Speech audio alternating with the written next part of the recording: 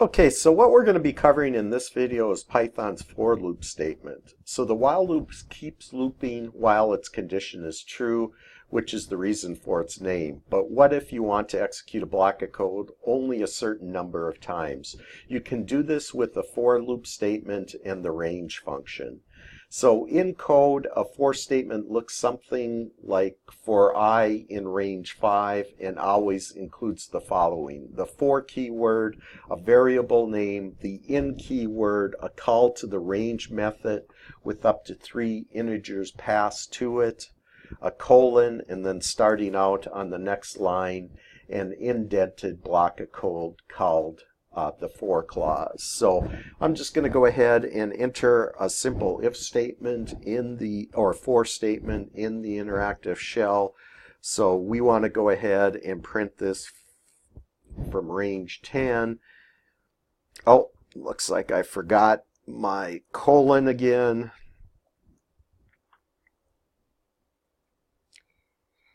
And then we want to print our value of stri.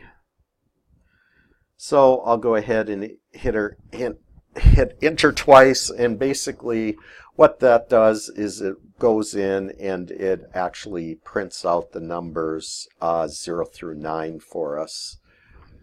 So the other way you can run a print statement is, or a for loop is, we'll go for num in, and then you can specify the values that you want to loop through. So we're going to specify the values of 1, 3, 5, 7, and 9.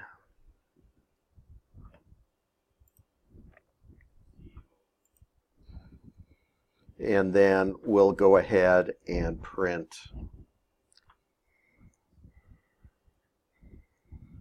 num.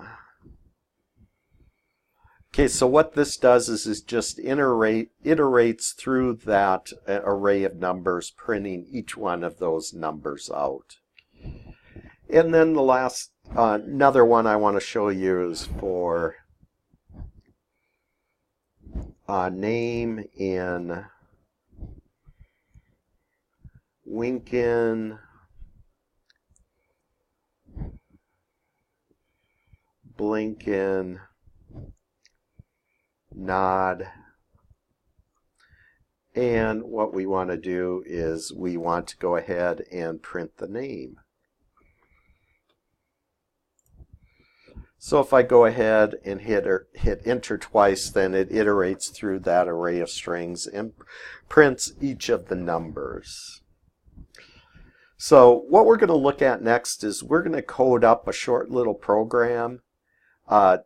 What we're going to do is we're going to display some table headings, and then we're going to check, is there another value in the list? If there is, then we're going to assign the next value in the list to number. And then what we're going to do is we're going to calculate the square of that number, and then we're going to display the number variable and the square variable next to each other. And we'll continue iterating through until there are no more numbers in our list. So let me just go ahead and click on File. And we have a new file here. So first thing I need to do is I need to print the heading for my table. So we'll print out the number.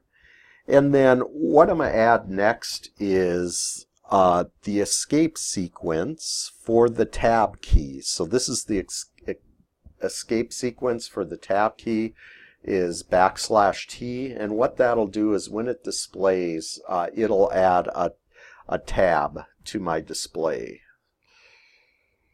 So I will go ahead and add square, but I want to make sure that single quote is on the end of everything. So this will print this statement, and the next statement will go ahead and print my heading.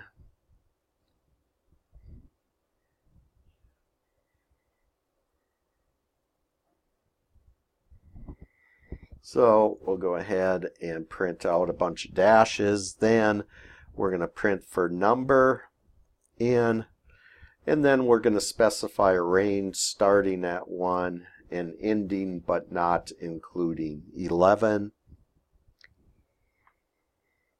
Square will equal our number taken to the square root of 2. And then what we're going to print out is our number and then our tab sequence.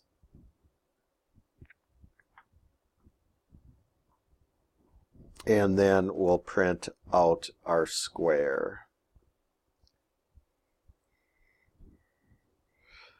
Okay, so we will go ahead and save that.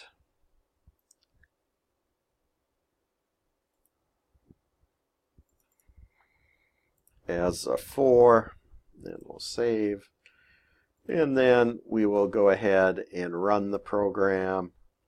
So what we get printed out is the number, a tab, and then the square root for each of the numbers. So if we go back to the program, what I did here is basically when you're using a range, you can go ahead and specify multiple arguments separated by a comma.